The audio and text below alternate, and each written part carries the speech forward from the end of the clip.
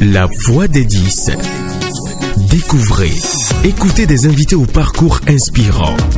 La voix des 10, c'est la voix des entrepreneurs, des travailleurs dans différents domaines d'activité, des médias, l'agriculture, société, environnement et bien d'autres.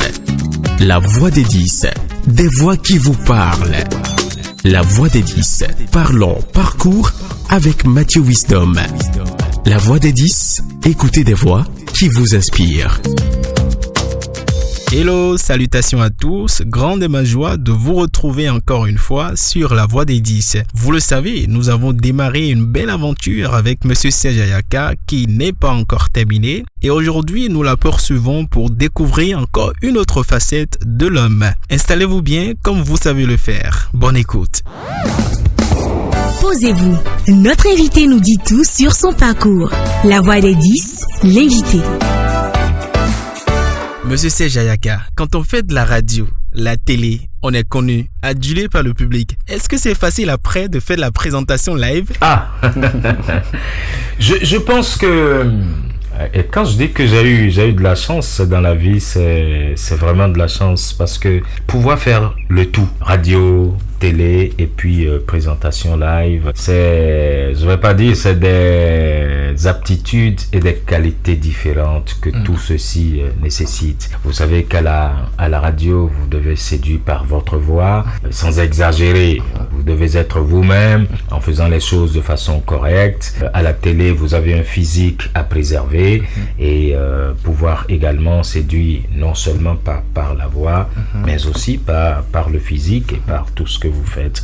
Et maintenant, lorsque vous êtes en live, vous avez besoin des deux. La différence chez les autres, c'est que vous ne voyez pas votre public. À la radio, vous ne voyez pas le public. À la télé non plus, vous ne voyez pas le public. Mais quand vous êtes en live, vous avez votre public devant vous et vous savez déjà comment vous pouvez arranger les choses lorsque ça ne va pas. Vous pouvez le lire sur les différents visages que vous avez en face de vous.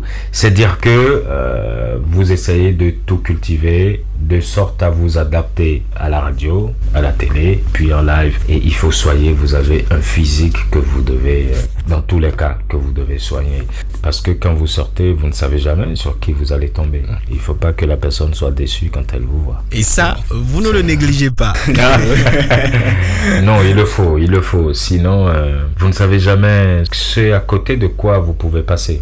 Si je comprends bien votre parcours, vous avez eu la chance de tout faire. Est-ce que vous ne pensez pas que c'est nécessaire de se spécialiser? Je pense qu'il est nécessaire, sans vouloir être catégorique. Il est nécessaire pour moi d'être correct et de savoir que ce que je fais, je dois le faire bien. Si je veux être à la radio, il faut que je fasse tout de façon correcte, dans les règles de l'art. Si ça doit être la télé, que ce soit aussi pareil. Si ça va être l'animation live, que ça soit aussi pareil. Mais lorsque vous avez la chance de pouvoir tout faire, faites le tout et correctement. Ne jamais rien banaliser. On peut se dire, ici c'est mon domaine de définition, mon domaine de prédilection. Là, je le fais bien. Et puis sur les autres, on banalise. Moi, je ne prends pas les choses comme ça. J'estime que même si vous devez faire le tout petit compte rendu que vous avez à faire, faites-le bien. Très bien, en tout cas c'est important de le savoir. Une 20aine d'années de carrière et vous avez beaucoup côtoyé les jeunes. Pensez-vous que la relève est assurée?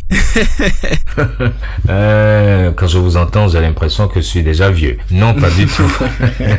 Non, pas du tout, je ne le suis pas et je ne le réclame pas non plus. Je sais que il y a beaucoup de choses qui sont en train d'être faites et qui sont bien. Comme il y en a également qui sont dans l'à peu près. Et j'estime que pour ce qui est dans l'à peu près, il faut forcément le ramener sur le droit chemin. Aujourd'hui, il y a des choses qui se font de façon, qui sont simplifiées. Et parce que c'est simplifié, on pense tout de suite que c'est facile. Et malheureusement, il y a beaucoup de jeunes qui tombent dans ce piège-là. De ma position aujourd'hui, j'ai déjà rencontré tellement de stagiaires que parfois je me demande si il y en a qui sont vraiment allés à l'école.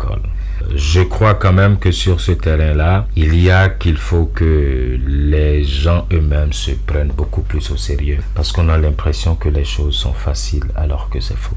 Je m'amuse souvent à le dire quand j'ai l'occasion de plancher devant certains qui sont moins jeunes que moi, je m'amuse à leur dire que le genre radiophonique le plus difficile, je ne veux pas vous le demander, mais je suis sûr... C'est l'interview. Exactement.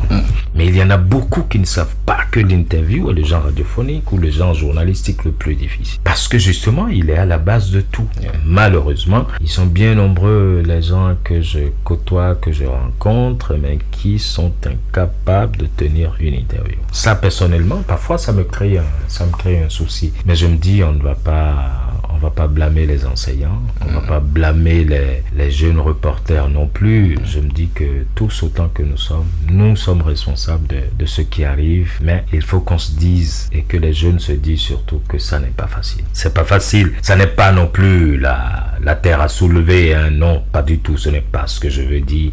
J'invite simplement à prendre en considération les b.a.-ba, à apprendre véritablement, à ne pas se dire, ah, j'ai un beau physique, je vais passer à la télé, alors que vous êtes incapable d'interviewer même un jeune écolier qui vient de terminer son examen de CEP. Ah, alors là, c'est bien grave. Une autre question pour vous. Est-ce que vous avez dû laisser certaines pratiques que vous avez entretenues des années durant au profit de la facilité qu'offre Internet aujourd'hui? En tout cas, je dis souvent à mes enfants que je ne suis pas riche, mais je suis riche de mes livres. Donc, s'il y a quelque chose qui m'est hyper cher, ce sont mes livres dans ma bibliothèque que j'admire et que je partage souvent aussi. Parce que c'est important, je me dis toujours que il y a tellement de richesses dans les livres et malheureusement, beaucoup de gens aujourd'hui ne l'ont pas compris. Et donc, ils continuent de perdre leur temps.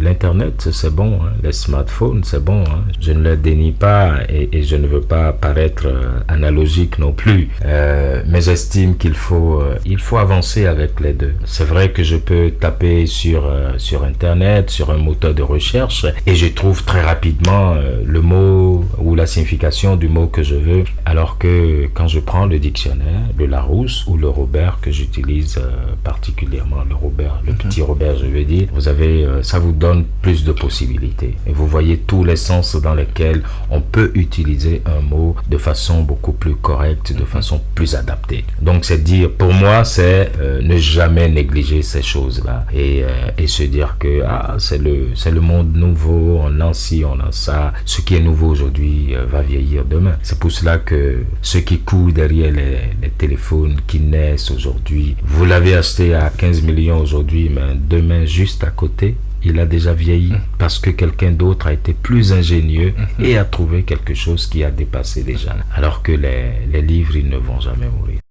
Jamais. Tout à fait. Les livres ne vont jamais mourir. Ça, c'est une vérité indéniable. S'il y a une chose que je retiens de ces moments d'échange avec vous, c'est qu'il y a certes le don, mais aussi la rigueur qu'on s'applique autour pour en tirer grand profit. Merci infiniment.